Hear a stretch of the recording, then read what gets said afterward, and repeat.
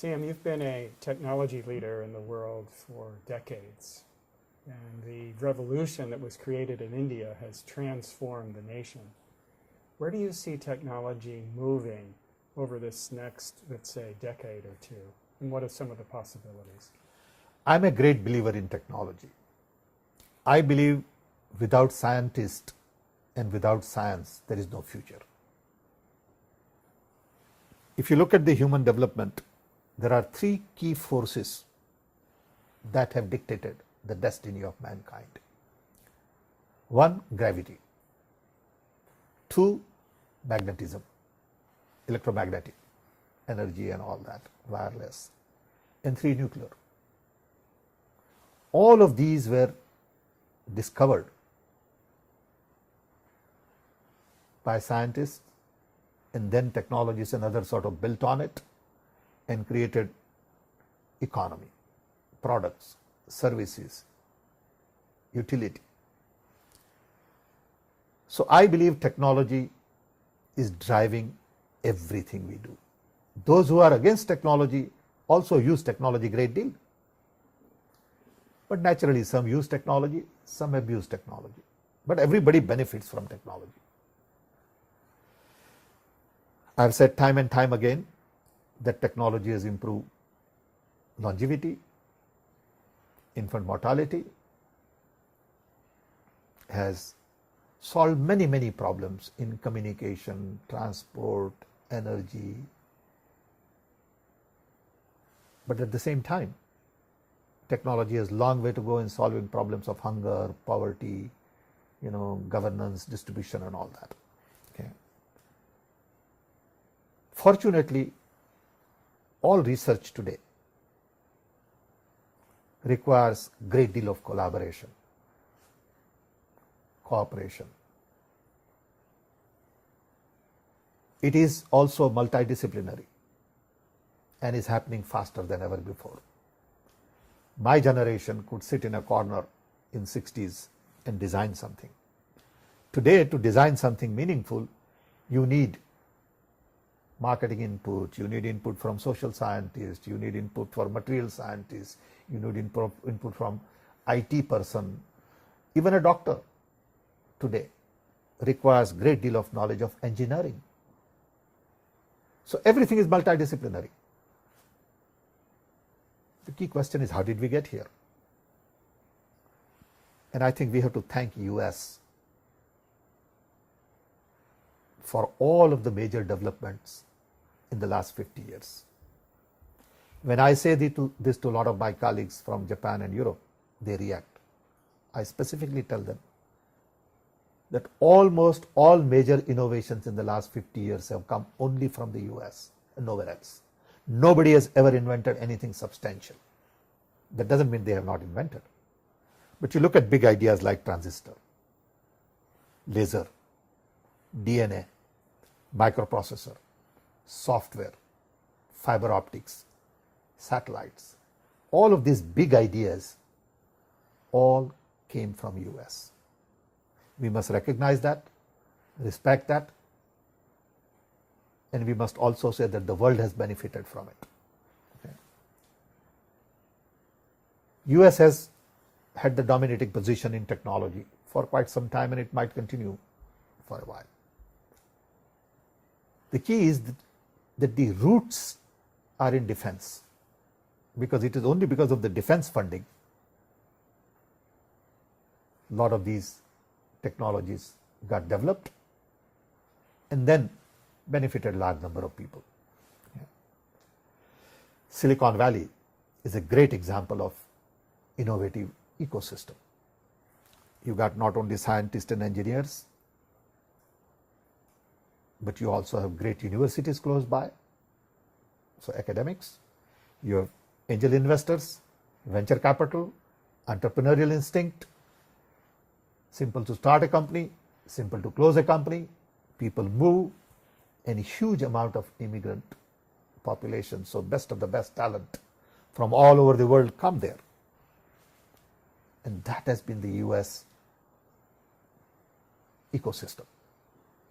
Because you need different people coming from different background to really solve a problem differently. If same set of people look at that problem, they all tend to look at it in the same way. When I was an engineer, I had a little bit of an edge because my background was physics. Everybody else in my group had background in electrical engineering. So I always looked at that problem a little differently because of background in physics. And every time I looked at it, people said, oh, that's an invention. So I think it's important to have diversity. Diversity is a fertile ground for innovation.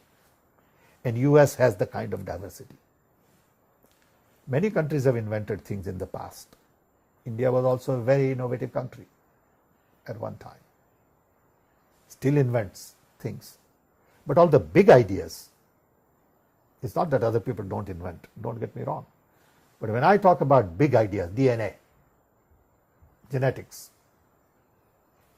only US does these things. Huge amount of talent is in US. In universities, the research going on is phenomenal. No other country has the kind of research that US has at the university level. The question now is, how do we use this going forward for the mankind?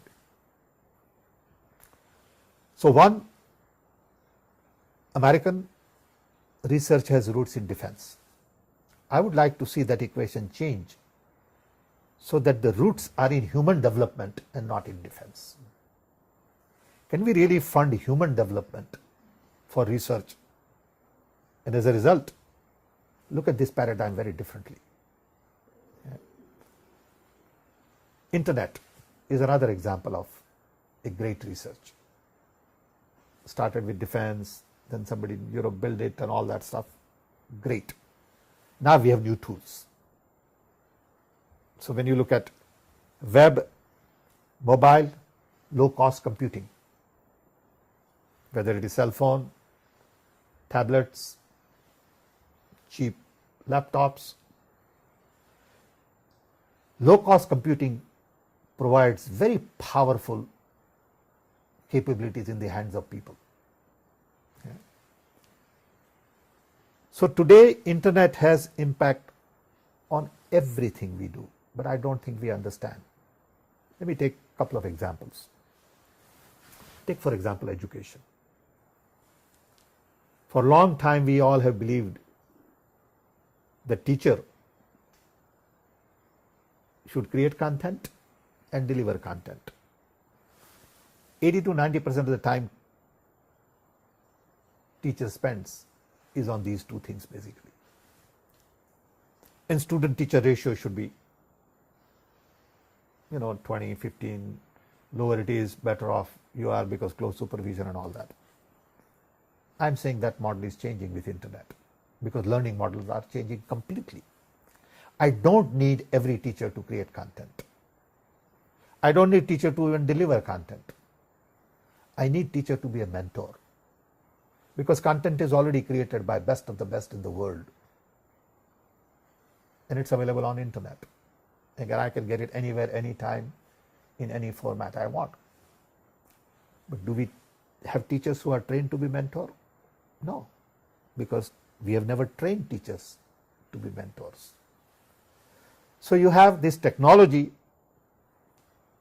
which changes learning model completely, but we are not changing our university and school model.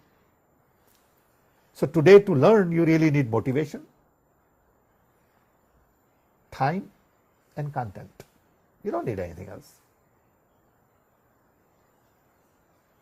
How do we change the existing system? Yeah, Teachers unions will react. Yeah. I mean, we're seeing new models attempt to emerge, like Coursera at the university level, and the whole range of e-learning options that there are. And it's like with many other institutions in many other sectors that entrenched interests, they have a certain momentum and may be reluctant to embrace the kinds of changes that are required. But those changes are unstoppable in a way, Exactly. For example, if I was to build a university of 2030, would I build like Harvard, MIT, Stanford, Cambridge, Delhi University or Chigwa? I'll build it very differently. What would it look like? Maybe we don't have all the answers, but it's definitely not going to look like the existing universities. And that's what technology offers us. Same with health. We have learned in India that most of the doctors don't want to go to villages. So how do we reach out to people in villages with the right kind of health facilities? The only answer is technology. We have to really focus on low-cost diagnostics equipment. We have to focus on mobile health, so provide your health record on mobile phones. Telemedicine, so doctors in city can be easily accessible for consultation. So you got to create new model. So technology today, especially IT, is just offering phenomenal capabilities. I see even urbanization change, smart cities of tomorrow, with all the sensors and with all kinds of other facilities, smart grids, okay, smart cars. I see a day in 20 years where all cars will not have driver. You sit in a car, you punch it in where you want to go, and you do your work in the car. Okay, it's not too far. It's all there. Okay. So learning models are changing, transportation model will change, health models will change, but everywhere we need to look at generational change and not incremental change. Problem today is we are looking at incremental change. In a sense, you have to sort of say that everything we do today is essentially obsolete because it was based on the paradigm of 20th century. Going forward, we need to start fresh and not fix what it was. Food will be redesigned. Take, for example, energy. All our energy is based on centralized system. Today it is possible to have decentralized energy. We need to look at DC power and not AC power. Now that's just one little idea. It has huge implications on how we create energy architecture. Waste management is another example. And we haven't even explored ocean. There is so much that is going on in the ocean that we haven't even tapped that resource. So I see technology for massive change. Global warming is of great concern to all of us. You still have some people who don't believe in it. They think it's going to go away. And we are already seeing the results. And we must go back and look at our environment. How we have ruined our forests, our animals. Because all of this had to exist in certain balance. Yeah, forest absolutely. to bees to tiger to elephant to mouse, everything had to, we can't just say, okay, get rid of this, get rid of bee and you're finished. Get rid of flowers and you're finished. It is that very delicate balance that we have to keep, and that's where technology is very important. Sam, it's obvious that the internet is a major force, a major technological force. It has huge potential in the world today. What about other technologies such as biotechnology, nanotechnology? Would you comment on those? I firmly believe that biotech will have bigger implications on the world going forward than IT. Biotech will change not only agriculture, processes, energy, but will also change a whole lot of other things related to health, pharmaceuticals. I see nanotech, biotech, alternate energy as some of the key technologies going forward. We all talk about IT a great deal. For example, recently I talked about how social media can reduce poverty. Social media is a big thing. Why should it be just to send pictures and play games. Okay. I think we can use social media to reduce poverty. We haven't thought through it yet properly. Okay. So all of these technologies, not just IT, biotech, nanotech, materials. I mean, look at the amount of stuff going on in materials. The other day I met a scientist and we were talking, and he's in metallurgy. And I asked him, I said, what are you working on? He said, malaria. And I got a shock. I said, how could a material scientist be working on malaria? Because traditional thinking is material scientists will be working on mechanical engineering. Okay. But I think this crossbreeding of technologies and having impact on each other is just phenomenal opportunity. And I hope that new materials create whole lot of new opportunities. I was once somewhere in Europe and I saw a car, a demonstrator model, where you can take a hammer and hit the body. It'll have a dent. In about 5 minutes, it'll come back to where it was. Wish my car was like that. Because the material has memory. Yeah. It says, this is where I belong. I don't belong there. And just a simple idea. Yeah. But huge potential. I think nanotechnology is just in the early days. Even things like superconductors. Someday it's going to become reality. When superconductors become reality at room temperature, at low cost, maybe 15 years, maybe 20 years, I mean, it has some tremendous applications. The earlier I was telling you that in India, in education, we have 3 fundamental challenges. Same probably China and same many other developing countries. One, expansion. We need more schools, more teachers, more classrooms, all of that stuff in the traditional sense. Second, excellence. We have to make sure that the quality of education is much better than we have today. Leaving aside top 5%, I think quality of education is pretty bad.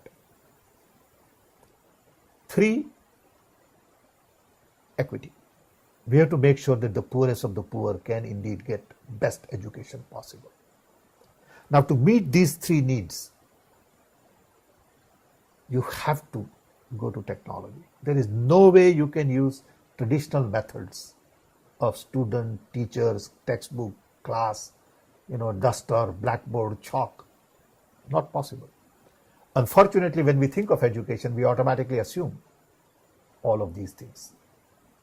Duster, blackboard, chalk, teacher, textbook, exam, grade, certificate. In internet world, you don't need any of these things. And I think technology is there. But again, we are not focused on massive change. So we want to use this little internet technology in school. But tuition still remains same. Teacher still does the same thing. Classroom looks like what it was. That is what has to change. So there is no reason why you can't have classrooms at Starbucks, railway stations, bus stands, airports, shopping centers. You don't need a classroom. You need 5 kids to come together someplace. Because kids learn more from each other. So technology offers lots of options. But again, go back to the same thing. We are not really prepared to change. So democratization of knowledge is the key to building new future. And to democratize knowledge, you need to democratize information. And to democratize information, you got to use internet, web, new tools, new technology. It's all there. There is so much material out there. Sometimes you get overwhelmed with all the material. How do you filter it?